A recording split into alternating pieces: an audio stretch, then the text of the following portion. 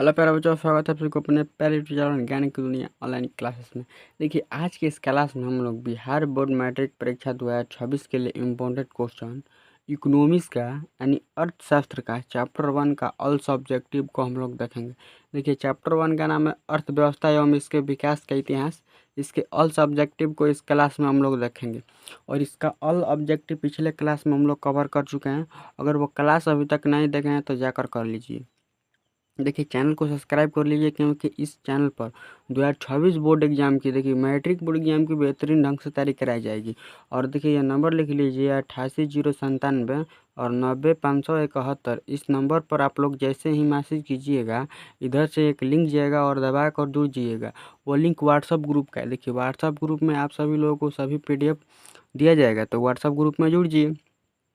चलिए, क्लास को शुरू करते बिना देरी किए इकोनॉमिक्स के ऑल सब्जेक्टिव देखेंगे। चैप्टर 1 का ऑब्जेक्टिव का क्लास नहीं किए हैं, जाकर कर लीजिए। देखिए, ये सब्जेक्टिव इसमें लगभग कितना सब्जेक्टिव मैं आप लोगों को बता दे रहा हूँ। देखिए, इसमें लगभग मान लीजिए इसमें 15 से 20 सब्जेक्टिव होंगे। 15 से 20 सब्जेक्टिव होंगे टोटल, मैं देखा नहीं हूँ। और देखिए, इस ऑल सब्जेक्टिव से आपके बोर्ड एग्जाम में कम से कम 2 सब्जेक्टिव तो रहना ही वाला है। 2 से 1 से 2 सब्जेक्टिव रहेगा ही रहेगा। और वो 2 नंबर का भी हो सकता है और वो 4 नंबर का रहता है सोशल साइंस में, तो 4 नंबर का भी रह सकता है। अर्थात यहाँ से आप लोगों का 6 नंबर भी कवर हो सकता है, अर्थात 2 नंबर तो कवर ही हैं। तो पूरे क्लास को अच्छे तरह से देखिएगा जरूर। देखिए, चैप्टर 1 का ऑल सब्जेक्टिव देखना है तो थोड़ा क्लास लंबा हो सकता है, लेकिन पूरे क्लास को देखिएगा आप लोगों को, तभी ही समझ में आएगा। चलिए, प्रश्न को शुरू करते हैं। सबसे पहले लघु उत्तरीय को देखेंगे, फिर उसके बाद दीर्घ उत्तरीय को देखेंगे। चलिए, पहला नंबर क्वेश्चन को हम लोग देखते हैं। देखिए, पहला नंबर क्वेश्चन है कि एक अर्थव्यवस्था के कार्यों के संक्षेप में उल्लेख करें। देखिए, जो अर्थव्यवस्था होता है उसका कार्य क्या होता है, उसी का उल्लेख करना है। देखिए, इसका आंसर हम लोग थोड़ा ऊपर कर लेते हैं, उसके बाद देखते हैं। देखिए, आंसर यहाँ पर लिखा हुआ है कि एक अर्थव्यवस्था का मुख्य कार्य है मानवीय आवश्यकताओं को संतुष्टि के लिए विभिन्न प्रकार के वस्तुओं का उत्पादन करना। देखिए, अर्थव्यवस्था का कार्य क्या है। अर्थव्यवस्था का यही कार्य है कि जो मानव के आवश्यकता है, उनकी आवश्यकताओं को संतुष्ट करता है और संतुष्ट करने के लिए विभिन्न प्रकार की वस्तुओं का उत्पादन करता है। देखिए, कृषि एवं उद्योग इस सभी प्रकार के उत्पादन करते हैं। देखिए, कृषि और उद्योग इस सभी प्रकार के उत्पादन के करता है, तो कृषि ही करता है। देखिए, इस कार्यों के संचालन के लिए सहायक सामाजिक और आर्थिक सहायक या आधार संरचना होती है। और जो अर्थव्यवस्था को सहायता कौन देता है, तो सामाजिक लोग देते हैं और आर्थिक संरचना देता है। ये सब अर्थव्यवस्था को सहायता करता है। और अर्थव्यवस्था क्या करता है कि मानव की आवश्यकताओं को पूर्ति करने वाले वस्तुओं का उत्पादन करता है। ये आप लोग पहला क्वेश्चन को पूरे ढंग से समझ लिए, अच्छे ढंग से। इतना ही क्वेश्चन आप लोग को लिखना है। जब भी 2 नंबर में क्वेश्चन है, इतना ही लिखना है, 4 से 5 लाइन, तो ये आप लोग समझेंगे। चलिए, आगे क्वेश्चन देखते हैं। ये दूसरा नंबर क्वेश्चन है। पहले क्वेश्चन को देख लीजिए कि राष्ट्रीय आय क्या है। राष्ट्रीय आय क्या है? क्या यह देशों के लिए पर्याप्त है?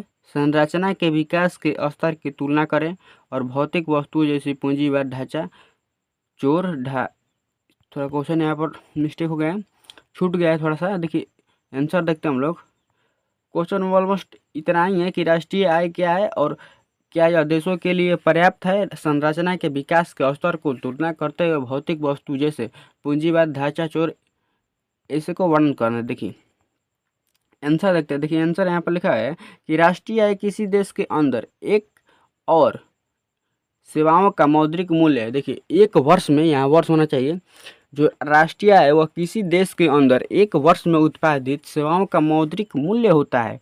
क्या होता है? तो मौद्रिक मूल्य होता है, जिससे विदेशों निश्चित से प्राप्त अवधि आय भी उत्पादित समस्त सम्मिलित होने तुलना करना प्राप्त नहीं है। देखिए, क्योंकि आयों से देशों की आर्थिक विकास के स्तर की जनसंख्या असमान हो सकती है। जो आय प्राप्त होता है, जिसे हम लोग कमाते हैं, उसे आय कहते हैं। उससे क्या होता है कि किसी भी देश के आर्थिक विकास के स्तर की जनसंख्या असमान हो सकती है। इसीलिए दो देशों के विकास के स्तर की तुलना करने के लिए प्रति व्यक्ति आय का प्रयोग लगभग बढ़ रहा है। देखिए, जब दो देशों को तुलना करना है कि कौन सा देश अधिक विकसित है और कौन सा देश विकासशील है या अविकसित है, उसके लिए हम लोग राष्ट्रीय आय का प्रयोग नहीं कर सकते हैं। क्योंकि देखिए, राष्ट्रीय आय निकालने के लिए हम लोग क्या करते हैं, तो देश में एक वर्ष में कुल उत्पादित वस्तुओं का मौद्रिक मूल्य से देश की जनसंख्याओं से भाग देते हैं, ये करते हैं। लेकिन देखिए, किसी किसी देश की जनसंख्या अधिक होती है और किसी किसी देश की जनसंख्या कम होती है, इसीलिए उसका राष्ट्रीय आय से तुलना करना सही नहीं होगा। इसीलिए उसका प्रति व्यक्ति आय से हम लोग तुलना करते हैं। ये समझ गए आप लोग। चलिए आगे क्वेश्चन देखते हैं। देखिए, तीन नंबर क्वेश्चन है कि विश्व बैंक विभिन्न देशों का वर्गीकरण करने के लिए किस प्रमुख मापदंड का प्रयोग करता है? इस मापदंड की क्या सीमाएं हैं? देखिए, जो विश्व बैंक है वो विभिन्न देशों को किस मापदंड पर वर्गीकरण करता है, अर्थात अलग अलग करता है, और उनका मापदंड क्या है? देखिए, विश्व बैंक विभिन्न देशों का वर्गीकरण करने के लिए प्रति व्यक्ति आय का प्रयोग प्रमुख मापदंड के रूप में 2006 के अपने विश्व विकास प्रतिवेदन में किया है। विश्व बैंक क्या करता है कि विभिन्न देशों के वर्गीकरण करने के लिए प्रति व्यक्ति आय का उपयोग करता है, और यह कब से हो रहा है? तो 2006 से ही हो रहा है। चलिए आगे देखते हैं इसमें। और 2004 में जिन देशों की प्रति व्यक्ति आय कितना है, ये देखिए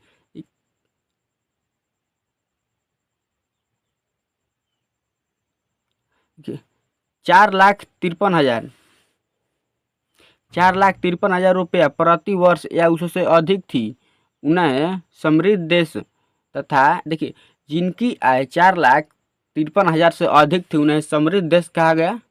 और जिन देशों की प्रति व्यक्ति वार्षिक आय 37,000 रुपया या उससे कम थी उन्हें निम्न आयोग देश के श्रेणी में रखा गया। परंतु प्रति व्यक्ति आप आय के वितरण की असमानताओं को छिपा देता है, और यह बताता नहीं है कि किस देश की क्या करता है यहाँ पर। परंतु प्रति व्यक्ति आय आप आय के वितरण की असमानताओं को छिपा देता है। यह प्रश्न समझ गया कि जो विश्व बैंक है वो मापदंड प्रयोग करता है और प्रति व्यक्ति आय मापदंड का प्रयोग करता है। देखिए, इस सीमा से जिसका प्रति व्यक्ति आय अधिक था वह समृद्ध देश हो गया, और इस सीमा से जिसकी प्रति व्यक्ति आय कम थी वो असमृद्ध देश हो गया, अर्थात गरीब देश की कैटेगरी में आ गया। यह प्रश्न समझ गए। चलिए आगे क्वेश्चन देखते हैं। 4 नंबर क्वेश्चन है। 4 नंबर क्वेश्चन है कि औसत अथवा प्रति व्यक्ति आय क्या है? देखिए, औसत क्या है, प्रति व्यक्ति आय क्या है? विश्व बैंक ने इस आधार पर विभिन्न देशों को किस प्रकार वर्गीकरण किया है? देखिए, विश्व बैंक है जो औसत और प्रति व्यक्ति आय के आधार पर भी विभिन्न देशों का वर्गीकरण किया है। देखिए, आंसर देखते इसका कि देश की तुलना जनसंख्याओं से राष्ट्रीय आय में भाग देने से जो भागफल प्राप्त होता है उसे ही प्रति व्यक्ति आय अथवा औसत आय कहते हैं। देखिए, औसत आय किसे कहते हैं कि देश की कुल जनसंख्याओं से देश में उत्पादित वस्तुओं का भाग देते हैं, और जो भागफल प्राप्त होता है उसे हम लोग औसत या प्रति व्यक्ति आय कहते हैं। देखिए, विश्व बैंक इस आधार पर उच्च आय वाले देश के विकसित देश कहा, जिनकी आय अधिक थी उन्हें विकसित देश कहा गया। देखिए, और इसमें लिखा है, पढ़ते हैं। देखिए, और निम्न आय वाले देशों को विकासशील देश के रूप में देशों का वर्गीकरण करते हैं, और जिनका प्रति व्यक्ति आय कम है उसे विकासशील देश कहा गया, और जिसका अधिक है उसे विकसित देश कहा गया। तो ये आप लोग समझ गए। चलिए आगे क्वेश्चन देखते हैं। ये 5 नंबर क्वेश्चन है। यहाँ पर विकास को मापने का संयुक्त राष्ट्रीय विकास कार्यक्रम यूएनडीपी का मापदंड किस प्रकार विश्व बैंक के मापदंड से अलग है?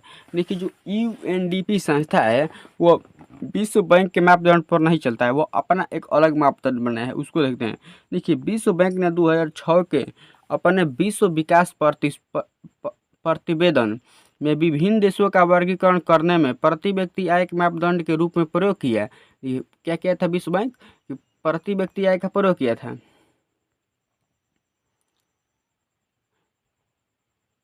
प्रति व्यक्ति आय के रूप में प्रयोग किया। देखिए, परंतु संयुक्त राष्ट्र विकास कार्यक्रम यूएनडीपी विभिन्न देशों की तुलना वर्गीकरण करने के लिए मानव विकास प्रतिवेदन जो 1990 से प्रति वर्ष प्रकाशित कर रही है। यूएनडीपी क्या करता है? एचडीपीआर प्रति वर्ष प्रतिपादन करता है, जिसे हम लोग क्या कहते हैं? मानव विकास प्रतिवेदन कहते हैं, मापदंड के रूप में प्रयोग करती है यूएनडीपी। देखिए, और इससे देशों का शैक्षणिक स्तर क्या किया जाता है कि इसमें देशों का सभी देशों का शैक्षणिक स्तर और स्वास्थ्य स्तर और प्रति व्यक्ति आय के आधार के रूप में लिया जाता है। देखिए जो विश्व व्यापार बैंक है वह केवल प्रति व्यक्ति आय को देखता है, लेकिन जो अमेरिका का एक संस्था है यूएनडीपी वह शिक्षा के स्तर को भी देखता है और स्वास्थ्य स्तर को भी देखता है और इसके बाद प्रति व्यक्ति आय स्तर को भी देखता है और तीनों को देखकर तब तय करता है कि कौन सा देश विकसित है और कौन सा देश विकासशील है। तो ये आप लोग समझ गए। चलिए आगे क्वेश्चन देखते हैं कि 8 नंबर क्वेश्चन है कि आर्थिक विकास के प्रमुख आर्थिक कारकों का उल्लेख करें। आर्थिक विकास के प्रमुख आर्थिक कारकों का उल्लेख करें। देखिए आर्थिक विकास के देखिए 4 नंबर में क्वेश्चन आता है, इसको ध्यान से देखिए। देखिए 4 नंबर में क्वेश्चन आता है आर्थिक विकास के प्रमुख आर्थिक कारक प्रतिदिन संसाधन, पूंजी निर्माण, तकनीकी विकास तथा मानवीय संसाधन है। क्या देखिए आर्थिक विकास के प्रमुख कारक हैं जो क्या होता है पूंजी निर्माण से ही आर्थिक कारक बढ़ेगा। देखिए सबसे पहला है कि प्राकृतिक संसाधन। देखिए इसका हम लोग देखते हैं प्राकृतिक संसाधन में देखिए भूमि, जंगल, नदियाँ आदि प्राकृतिक संसाधन है जो किसी देश को प्राकृतिक द्वारा प्रदान की जाती है। जो किसी देश को कैसे मिलता है तो प्राकृतिक ही उसे प्रदान करता है और इन पर श्रम एवं पूंजी का प्रयोग कर वस्तुएं और सेवाओं का उत्पादन किया जाता है। देखिए जिस देश के पास प्राकृतिक संसाधन अधिक होगा वह देश ऑलरेडी ही अमीर होगा, क्योंकि देखिए बिहार के पास कोई प्राकृतिक संसाधन नहीं है। भले ये बिहार देश नहीं है, राज्य में सोचिए ना, सबसे पहले अपने राज्य में सोचिए कि देखिए बिहार के पास कोई भी प्राकृतिक संसाधन नहीं है, इसीलिए देखिए बिहार गरीब है। और बाकी देशों के पास जैसे में झारखंड और केरल, तमिलनाडु ये सब देश हो गए, इनके पास अधिक प्राकृतिक संसाधन है, इसीलिए वो क्या है अधिक अमीर है और बिहार सबसे नीचे आता है। इसी तरह देश में भी होता है, जिन देश के पास प्राकृतिक संसाधन अधिक होता है वह देश क्या होते हैं तो अधिक अमीर होते हैं और जिनके पास नहीं होता है वो गरीब होते हैं। देखिए भारत के भी पास उतना प्राकृतिक संसाधन नहीं है जितना दूसरों और देशों के पास है। देखिए दूसरा क्या है इसका कारक पूंजी निर्माण। देखिए अर्थव्यवस्था के विकास में पूंजी का योगदान महत्वपूर्ण होता है। क्या होता है कि पूंजी का योगदान महत्वपूर्ण होता है, जिसके पास पूंजी होगा वो ही सबसे ज़्यादा उत्पादन करेगा। इससे श्रम की उत्पादकता और अर्थव्यवस्था की उत्पादन क्षमता तथा राष्ट्रीय आय स्तर में वृद्धि होती है। इससे क्या होता है उत्पादन होगा तो राष्ट्रीय आय में भी वृद्धि होगा और बिना पूंजी का अधिक उत्पादन हो ही नहीं सकता है। तो आप समझ लेंगे पूंजी निर्माण का भी आवश्यकता होता है। चलिए आगे देखते हैं। अगला कारक है तकनीकी का विकास। देखिए बिना टेक्नोलॉजी के कुछ हो नहीं सकता है। अगर अभी भी हम लोग हल से और बैल से खेती करेंगे तो समझ ही रहे हैं कि कितना जल्दी जल्दी खेती होगा। इसीलिए ट्रैक्टर का ज़माना आ गया अब कि इसका अभिप्राय श्रेष्ठ तकनीकी एवं आधुनिक विभिन्न विधियों के विकास तथा प्रयोग से है। तकनीकी विकास से उपलब्ध संसाधनों का कुशलतम प्रयोग तथा उत्पादित वस्तुओं की गुणवत्ता और मात्रा दोनों में वृद्धि होती है। देखिए जितना ही टेक्नोलॉजी बढ़ेगा तो वस्तु का गुणवत्ता भी बढ़ेगा और वृद्धि भी होगा, उत्पादकता भी बढ़ेगा। गुणवत्ता भी बढ़ेगा और उत्पादकता भी बढ़ेगा, तो ये दोनों को बढ़ाने के लिए टेक्नोलॉजी की भी आवश्यकता है। तो ये आप लोग समझ गए। चलिए आगे देखते हैं। इसमें और है एक मानवीय संसाधन। देखिए किसी भी कार्य को या किसी भी उत्पादन में मानवीय संसाधन की आवश्यकता पड़ते ही पड़ती है। देखिए आर्थिक विकास की दृष्टि से मानवीय संसाधन का सर्वाधिक महत्व है। इसकी सहायता से ही उत्पादन के अन्य संसाधनों का प्रयोग तथा संभव हो पाता है। देखिए बिना मानवीय संसाधन के सहायता से किसी भी वस्तु का उत्पादन करना संभव नहीं है। तो ये आप लोग समझ गए कि किन किन कारकों की आवश्यकता होती है। चलिए अगला क्वेश्चन देखते हैं अब हम लोग। 9 नंबर क्वेश्चन है कि देश के अन्य बड़े राज्यों की तुलना में बिहार की आर्थिक विकास की वर्तमान स्थिति क्या है। देखिए देश के जो जितने भी बड़े बड़े राज्य हैं उनकी आर्थिक स्थिति तो कुछ ठीक है, लेकिन जो बिहार की आर्थिक स्थिति है वह बहुत ही दयनीय है। देखिए इसके बारे में हम लोग चर्चा करते हैं कि वर्तमान में आर्थिक विकास के प्रायः सभी मापदंडों पर यह देश के अन्य सभी राज्यों से नीचे है। देखिए जो बिहार है वो वर्तमान के सभी मापदंडों में क्या है बिहार सबसे नीचे है, क्योंकि अन्य राज्यों की तुलना में बिहार वासियों की प्रति व्यक्ति आय भी बहुत कम है और दूसरे राज्यों की व्यक्तियों से तुलना की जाए तो बिहार के लोगों की प्रति व्यक्ति आय भी बहुत कम है। देखिए आगे देखते हैं। इसमें बिहार की जनसंख्या में वृद्धि दर 2.5% है। क्या है, संख्या में जनसंख्या देखिए बिहार गरीब इसलिए है, इसका जनसंख्या अधिक है। वृद्धि कितना है, दर का वृद्धि है तो 2.5%, जो अन्य राज्यों की तुलना में अधिक हो। यहाँ की साक्षरता दर भी अन्य राज्यों की तुलना में बहुत ही कम। देखिए जो वृद्धि दर है वो बहुत ही अधिक है, लेकिन शिक्षा दर भी क्या है, मात्र 47.53% है। अर्थात भारत में 50% भी लोग पढ़े लिखे नहीं हैं। इतना प्रतिशत है। देखो बिहार की 80% जनसंख्या कृषि पर निर्भर करती है। बिहार में जो 80% जनसंख्या है वो केवल कृषि पर ही निर्भर करती है। देखिए बिहार की 42% जनसंख्या गरीबी रेखा के नीचे जीवन यापन करती है, और जो 42% जनसंख्या है वो गरीबी रेखा के नीचे अपना जीवन यापन करती है। देखिए उनको देखिए क्या करती है, तो 42% जनसंख्या गरीबी रेखा के नीचे। देखिए उसके बाद में चर्चा करेंगे जो मैं कहना चाहता था। चलिए देखिए 10 नंबर क्वेश्चन है कि अधिसंरचना विकास की दृष्टि से बिहार की क्या स्थिति है। देखिए अधिसंरचना विकास की दृष्टि से बिहार की क्या स्थिति है। देखिए अधिसंरचना विकास की दृष्टि से बिहार का अन्य विकसित राज्यों की तुलना में पीछे है। क्या है, तो पीछे है। राज्यों में प्रति व्यक्ति आय बिजली का उपयोग कम है। देखिए बिहार में बिजली का उपयोग भी बहुत ही कम किया जाता है। कृषि उद्योग व्यापार के लिए राज्यों में सड़कों की स्थिति दयनीय है। और कृषि जो जो भारत में बिहार में क्या है, सबसे अधिक कृषि किया जाता है, लेकिन कृषि उद्योग को स्थापना करने के लिए जो ये सड़कें हैं उनकी स्थिति ठीक नहीं है। यानी यातायात की भी स्थिति ठीक नहीं है बिहार में। देखिए उसके बाद लिखा है कि प्रति लाख जनसंख्या पर सड़कों की घनत्व मात्र 111 किलोमीटर है। 1 लाख जनसंख्या पर कितना किलोमीटर सड़क है, तो 111 किलोमीटर। देश में सबसे अधिक निरक्षर बिहार राज्य है। यानी देश में सबसे कम शिक्षा दर वाला राज्य बिहार ही है। इसकी साक्षरता दर मात्र 37% है, 47% है। इसकी साक्षरता दर कितना है, तो मात्र 47% है। अर्थात आप लोग सोचिए अपने से कि बिहार में 50% भी वैसे लोग नहीं हैं जो पढ़े हैं। देखिए आप लोग मन लाकर पढ़िए, नहीं तो आप भी इसी 37% में जुड़िएगा। 2001 में थी। राज्यों की स्वास्थ्य सेवा में भी जर्जर अवस्था है, और इसका स्वास्थ्य सेवा भी ठीक ठाक नहीं है। हॉस्पिटल और अस्पताल का आप लोग बारे में जानते हैं कि क्या स्थिति रहता है। और देखिए इसका अभी जब साक्षरता दर पूछा जाएगा गूगल से तो थोड़ा बढ़ा होगा 37% से। आप लोग बताइए तो अभी बिहार का साक्षरता दर कितना है। उसके बाद बिहार से भी एक संबंधित और क्वेश्चन इस चैप्टर में पूछा जाता है कि बिहार के विकास की भावी संभावना क्या है। अर्थात हम लोग बिहार के विकास भावी अर्थात वर्तमान में कैसे कैसे कर सकते हैं। देखिए कैसे कैसे हम लोग करेंगे। देखिए आंसर लिखा है कि विकास आर्थिक दृष्टि से एक पिछड़ा हुआ राज्य है। विकास की दृष्टि से क्या है, बिहार एक पिछड़ा हुआ राज्य तथा इसके विकास का स्तर बहुत ही निम्न है। और विकास का स्तर बहुत ही निम्न है। पिछले दशक के अंतर्गत जहां पंजाब, हरियाणा, महाराष्ट्र, गुजरात तथा दक्षिण भारत के राज्यों में बहुत तेजी से विकास हुआ है। देखिए बिहार के अलावा जितने भी राज्य हैं उनमें तो बहुत ही तेजी से विकास हुआ है। वहाँ बिहार की विकास की दर बहुत ही धीमी रही है, लेकिन बिहार बहुत ही धीरे धीरे विकास कर रहा है। उड़ीसा के बाद हमारे राज्यों में निर्धनों का प्रतिशत सर्वाधिक है। देखिए सबसे निर्धन लोग कहाँ रहते हैं, उड़ीसा में रहते हैं। उसके बाद दो पर बिहार है। चलिए आगे देखते हैं क्वेश्चन है इसमें और है। देखिए बिहार है तथा अधिकांश बिहार वासियों घोर निर्धनता क्या है, अर्थात बिहार के अधिक से अधिक लोग क्या है, तो बहुत ही निर्धन है। जीवन यापन करते हैं, केवल अपना जीवन यापन ही कर पाते हैं। लेकिन इससे यह निष्कर्ष निकलना गलत होगा कि इस राज्य में विकास की संभावना नहीं है। लेकिन देखिए बिहार अभी पिछड़ा हुआ है, लेकिन इससे यह नहीं कहा जा सकता है कि बिहार का विकास ही नहीं होगा।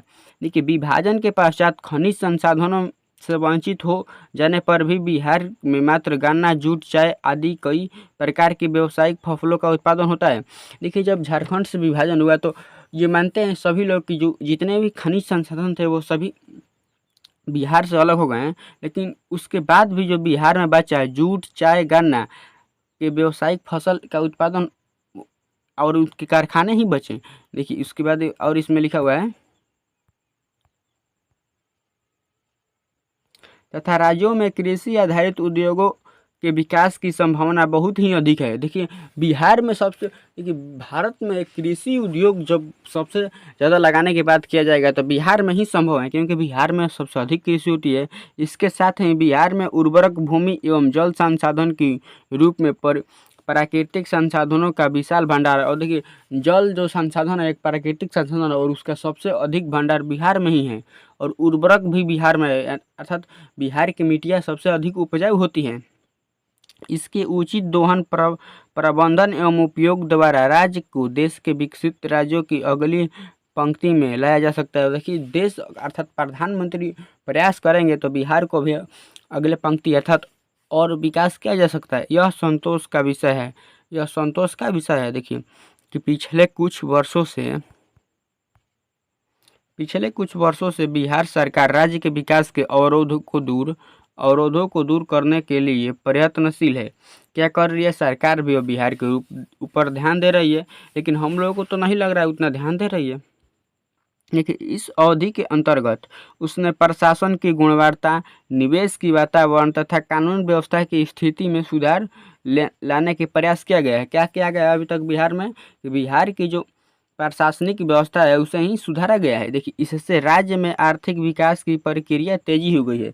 और इससे क्या हुआ है कि आर्थिक विकास की प्रक्रिया तेजी हो गई है। ये क्वेश्चन हो गया आप लोग का। देखिए इसको आप लोग अपने से बना कर लिख सकते हैं, इतना याद करने की जरूरत नहीं है।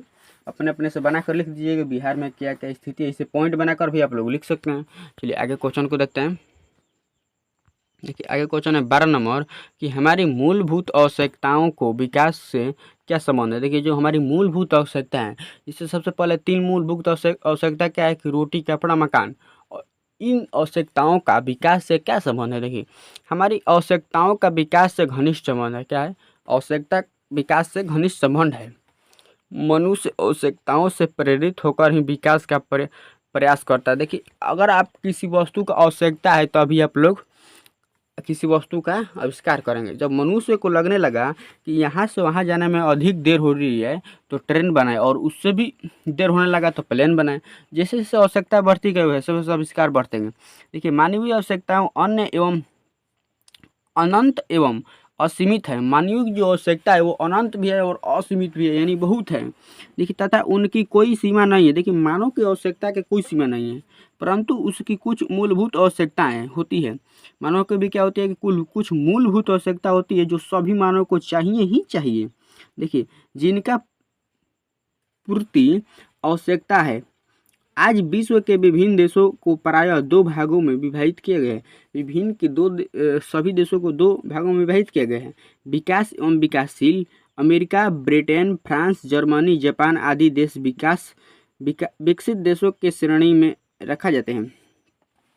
देखिए पूरे विश्व को 2 भागों में विभाजित किया गया। एक भाग है विकसित और एक भाग है विकासशील। और जो इनमें से Britain, America, France, Germany, Japan है वो विकसित देशों के श्रेणी में आते हैं। और क्योंकि इन देशों के पास प्रायः अपने सभी नागरिकों की मूलभूत आवश्यकताओं को पूरा करने की क्षमता है। और ये क्यों आते हैं विकसित श्रेणी में? क्योंकि इनके पास अपने देश के समस्त नागरिकों को मूलभूत आवश्यकताओं को पूर्ति करने की क्षमता है। देखिए ये हो गया। आगे देखते हैं, इसमें और लिखा है कि विकसित देशों की राष्ट्रीय आय प्रति व्यक्ति आय बहुत अधिक होती है। और इन देशों की प्रति व्यक्ति आय भी बहुत है और राष्ट्रीय आय भी अधिक है। और इसके नागरिकों का जीवन स्तर ऊंचा होता है। इनके नागरिकों का जीवन स्तर ऊंचा होता है, अर्थात शिक्षा दर भी अधिक होता है और उसके बाद स्वास्थ्य भी अधिक होता है तथा इनकी मूलभूत आवश्यकताओं की पूर्ति बहुत ही आसानी से हो जाती है। देखिए जो उन देश के नागरिकों को मूलभूत जो आवश्यकता है वो बहुत ही आसानी से पूरी हो जाती है। इसके विपरीत भारत पाकिस्तान, देखिए इसको थोड़ा ऊपर कर लेते हैं।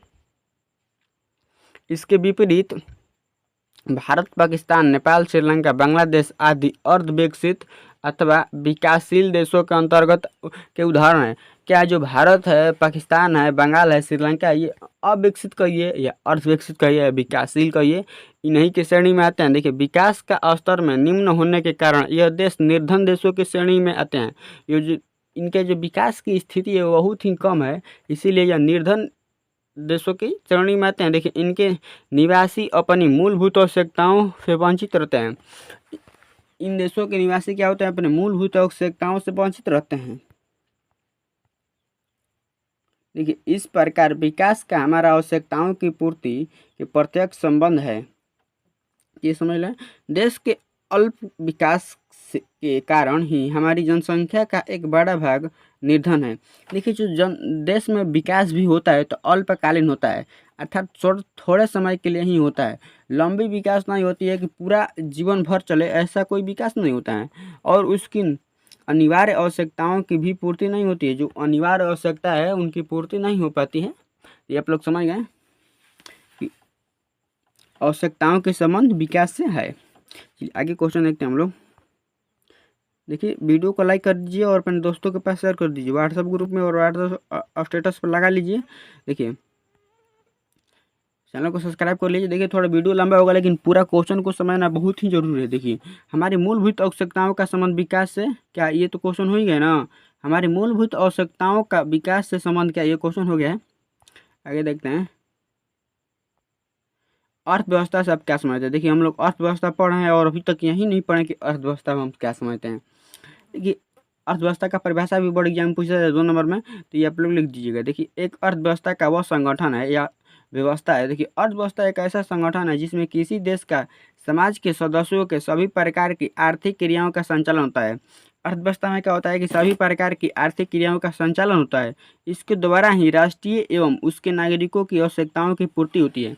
अर्थव्यवस्था इससे क्या होता है कि राष्ट्र के और उनके नागरिकों की आवश्यकता जो है उनकी पूर्ति होती है। आगे देखते हैं क्वेश्चन।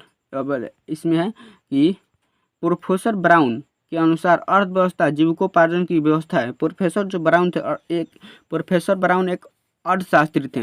उन्होंने कहा कि जो अर्थव्यवस्था है वो जीविकोपार्जन की एक व्यवस्था है। इसमें उन सभी संस्थाओं को सम्मिलित किया जाता है जिनके माध्यम से मानवीय आवश्यकताओं की संतुष्टि के लिए देश के संसाधनों का प्रयोग किया जाता है। देखिए इस प्रकार अर्थव्यवस्था का विभिन्न अभिप्राय एक ऐसे प्रणाली से है जिसमें देश की उपलब्ध संसाधनों का उपयोग कर विभिन्न प्रकार की वस्तुओं और सेवाओं का उत्पादन किया जाता है। तो ये अर्थव्यवस्था का परिभाषा हो गया, आप लोग समझ लीजिएगा। अर्थव्यवस्था में क्या होता है कि अनेक प्रकार की आर्थिक क्रियाओं का संपादन होता है और देश के संसाधनों का किया जाता है कि किसी उत्पादन में लगाया जाता है जिससे भी राष्ट्र और राष्ट्र के नागरिकों की आवश्यकताओं की पूर्ति होती है। यह आप लोग समझेंगे। चलिए आगे क्वेश्चन देखते हैं, पूंजीवादी अर्थव्यवस्था क्या है। देखिए यह अर्थव्यवस्था का एक प्रकार है कि पूंजीवादी अर्थव्यवस्था क्या है। देखिए पूंजीवादी अर्थव्यवस्था आर्थिक व्यवस्था का एक प्रचलित रूप है। क्या है? प्रचलित रूप है। पूंजीवादी अर्थव्यवस्थाओं में उत्पादन को संसाधनों पर किसी भी व्यक्ति का निजी स्वास्थ्य या अधिकार होता है। पूंजीवादी में क्या होता है कि उत्पादन के संसाधनों पर किसी व्यक्ति का निजी अधिकार होता है। इसके अंतर्गत व्यक्तिगत लाभ के उद्देश्य से आर्थिक क्रियाओं का संचालन किया जाता है। क्या कहते हैं कि अपने व्यक्तिगत लाभ के लिए, किसी पर्सनल व्यक्ति के लाभ के लिए उत्पादन आर्थिक क्रियाओं का संचालन किया जाता है। देखिए इस प्रकार पूंजीवादी आर्थिक संगठन के लिए ऐसे प्रणाली है जिसे निजी संपत्ति या व्यक्तिगत लाभ या निजी प्रेरणा पर आधारित होता है। पूंजीवादी को एक ही शब्द में कहा जाता है, यह क्या है तो केवल व्यक्तिगत लोगों के लिए ही होता है। देखिए इसमें किसी भी व्यक्ति को आर्थिक निर्णय लेने के लिए पूर्ण स्वतंत्रता नहीं रहती है। लेकिन जो पूंजीवादी है इसमें कोई भी व्यक्ति आर्थिक क्रियाओं के संबंध में पूर्ण डिसीजन लेने के लिए स्वतंत्र नहीं होता है। तथा देखिए इसमें और तथा सरकार उनके आर्थिक क्रियाकलापों को न्यूनतम हस्तक्षेप करती है। यही कारण है कि एक पूंजीवादी अर्थव्यवस्था को एक स्वतंत्र या बाजार अर्थव्यवस्था भी कहा जाता है। देखिए पूंजीवादी अर्थव्यवस्था कोई ठीक नहीं होता है, उसमें केवल एक पर्सनल व्यक्ति ही होता है और अपना उत्पादन करता है, अपना निजी लाभ कमाने के चक्कर में रहता है। चलिए इस समझ में आगे क्वेश्चन देखते हैं। देखिए इसमें और क्वेश्चन भी है, अभी तो इसमें ज़्यादा ही क्वेश्चन है।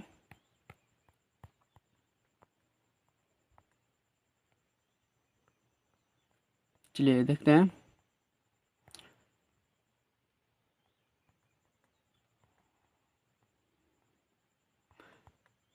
ये पूंजीवादी हो गया। इसके बाद देखिए समाजवादी अर्थव्यवस्था सब क्या समझते हैं। देखिए यह भी एक समाजवादी अर्थव्यवस्था का प्रकार ही है। देखिए समाजवादी अर्थव्यवस्था ही ठीक होता है। देखिए समाजवादी अर्थव्यवस्था एक नई आर्थिक व्यवस्था है। क्या समाजवादी एक नई आर्थिक व्यवस्था है। देखिए इसके अंतर्गत उत्पादन के सभी राज्य अथवा सरकार का स्वामित्व होता है। उत्पादन के संसाधन पर क्या होता है, राज्य अर्थात सरकार का स्वामित्व होता है और नियंत्रण में रहते हैं। इस व्यवस्था में अधिकतम सामाजिक कल्याण के उद्देश्य से वस्तुओं का सेवाओं का उत्पादन तथा वितरण किया जाता है। इसमें क्या जाता है कि जो अधिक वस्तुएं होती है उन्हें सामाजिक कल्याण के लिए वितरण किया जाता है और प्रयोग भी किया जाता है। चलिए आगे देखते हैं इसका प्रोफेसर डिक्सन जो थे उनके अनुसार समाजवाद एक ऐसी आर्थिक संगठन है जिसमें उत्पत्ति के भौतिक संसाधनों पर समस्त समाज का स्वामित्व होता है तथा उनका संचालन एक सामान्य योजना के अंतर्गत ऐसे संस्थाओं द्वारा किया जाता है जो संपूर्ण समाज का प्रतिनिधित्व करता है। समझ गए आप लोग। चलिए यह प्रणाली विश्व के अनेक देशों में प्रचलित है। देखिए समाजवादी व्यवस्था भी देश के अनेक देशों में लागू है जिनके रूप चीन, पोलैंड, यूगोस्लाविया, हंगरी आदि प्रमुख हैं। और इन देशों में क्या है तो समाजवाद लागू है। चीन में भी क्या है तो समाजवाद ही है। ये समझ के चलिए आगे क्वेश्चन देखते हैं। देखिए 17 नंबर क्वेश्चन है कि एक मिश्रित अर्थव्यवस्था किसे कहते हैं। मिश्रित अर्थव्यवस्था देखिए समाजवाद एवं पूंजीवाद एवं समाजवाद आर्थिक व्यवस्था के दो पृथक रूप हैं। हो गया। जहां पूंजीवाद अर्थव्यवस्था में व्यक्ति के पूर्ण आर्थिक स्वतंत्रता नहीं होती है। देखिए पूंजीवाद में क्या होता है कि व्यक्ति को पूर्ण स्वतंत्रता नहीं होती है, जो उत्पादन कर रहा है केवल उसी के हाथों में नियंत्रण होता है। और वहाँ एक समाजवाद अर्थव्यवस्था है, इसमें समाप्त कर देती है। और देखिए समाजवादी अर्थव्यवस्था में क्या कहती है कि आप उत्पादन भले ही कर रहे हैं लेकिन उसका मालिक आप नहीं है, उसका मालिक कौन है, सरकार है। देखिए और मिश्रित अर्थव्यवस्था इन दोनों का अर्थव्यवस्थाओं के बीच का मार्ग है। देखिए पूंजीवादी और समाजवादी के बीच का मार्ग कौन है तो मिश्रित अर्थव्यवस्था है। देखिए उसके बाद देखिए इसमें पूंजीवादी एवं समाजवादी दोनों गुणों को वर्तमान होते हैं। मिश्रित अर्थव्यवस्था में क्या होता है कि समाजवादी वाला अर्थव्यवस्था के गुण भी रहता है और पूंजीवादी अर्थव्यवस्था वाला भी गुण रहता है। इसके अंतर्गत अर्थव्यवस्था के कुछ महत्वपूर्ण क्षेत्र सरकार के अधीन होते हैं।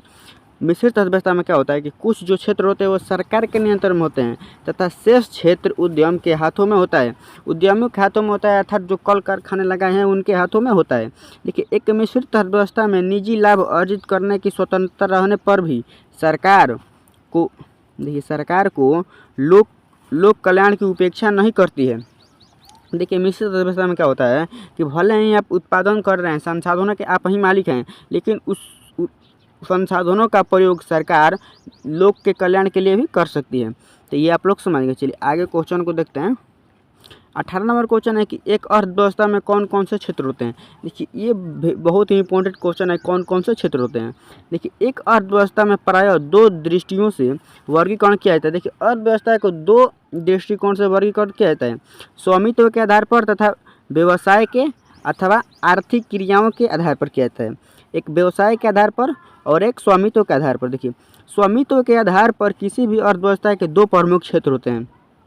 स्वामित्व के आधार पर दो प्रमुख क्षेत्र होते हैं। कौन कौन क्षेत्र होते हैं वो देखते हैं। देखिए एक होता है निजी क्षेत्र तथा सार्वजनिक क्षेत्र, ये स्वामित्व के आधार पर होता है। देखिए भारतीय अर्थव्यवस्था में एक मिश्रित अर्थव्यवस्था है। भारतीय अर्थव्यवस्था कैसा है तो एक मिश्रित अर्थव्यवस्था है तथा इसमें एक संयुक्त क्षेत्र भी है। इस क्षेत्र के उद्योग व्यवसाय में निजी उद्योगपति और सरकार दोनों साझेदारी होती है।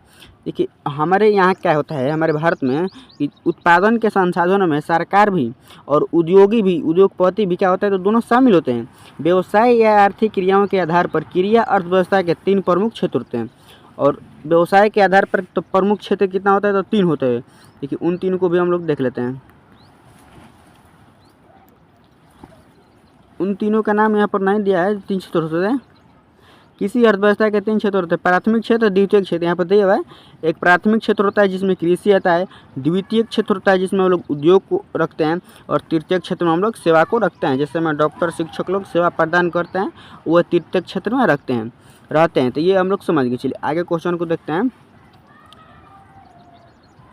देखिए आगे क्वेश्चन है कि स्वामित्व की दृष्टि से भारतीय अर्थव्यवस्था कौन कौन से क्षेत्र होते हैं। देखिए स्वामित्व की दृष्टि से दो क्षेत्र होते हैं, निजी क्षेत्र और सार्वजनिक क्षेत्र। देखिए निजी क्षेत्र के अंतर्गत उद्योग एवं व्यवसाय आते हैं जो व्यक्तिगत स्वामित्व और नियंत्रण में रहते हैं। निजी क्षेत्र में कौन कौन से आते हैं, जो केवल एक व्यक्ति का रहता है, निजी रहता है, व्यक्तिगत रहता है, वही आते हैं। देखिए इन क्षेत्रों में निजी उद्योगपति अपने औद्योगिक एवं व्यावसायिक संस्थानों की स्थापना करते हैं, उनमें पूंजी लगाते हैं और उनका प्रबंधन संचालन करते हैं तथा उनका लाभ और हानि उठाते हैं। देखिए निजी में क्या होता है कि उद्योगपति खुद अपने पूंजी से उद्योग लगाएगा और उसका लाभ और हानि को उठाता है। तो आप लोग समझिए। देखिए विपरीत सार्वजनिक क्षेत्र पर राज्य अथवा सरकार का स्वामित्व और नियंत्रण रहता है और सार्वजनिक पर क्या होता है तो सरकार का नियंत्रण रहता है। इस क्षेत्र के उद्योग एवं व्यवसाय का सामाजिक हितों को प्राथमिकता प्रदान करता है और जो सार्वजनिक होता है वो सभी लोगों के लिए होता है। तो ये आप लोगों का सभी क्वेश्चन था, आप लोग समझ गए। देखिए इसमें और 1-2 क्वेश्चन है जो BM है, इस PDF में मैं ले नहीं पाया था, उसको मैं जो PDF आप लोग को व्हाट्सएप ग्रुप में दूंगा उसमें जोड़ दूंगा, तो आप लोग उसको भी बहुत ध्यान से पढ़ लीजिएगा। यह भी क्वेश्चन सब BM करा दिए मैंने, तो आप लोग इसे अच्छे तरह से याद कर लीजिए। देखिए अगर आप लेने चाहते हैं व्हाट्सएप ग्रुप में जुड़ने चाहते हैं तो देखिए 88 और 90 571 पर आप लोग मैसेज कीजिएगा, इधर से लिंक जाएगा, दबा कर जुड़ जाइएगा। व्हाट्सएप ग्रुप में जुड़ना बहुत ज़रूरी है। चलिए क्लास को वहीं पर समाप्त करते हैं और चैनल को सब्सक्राइब कर दीजिएगा, क्योंकि और अगले क्लास में हम लोग क्या करेंगे, अगले क्लास में हम लोग इस अगले चैप्टर के ऑब्जेक्टिव को हम लोग देखेंगे। तो चलिए यहीं पर क्लास को ख़त्म करते हैं।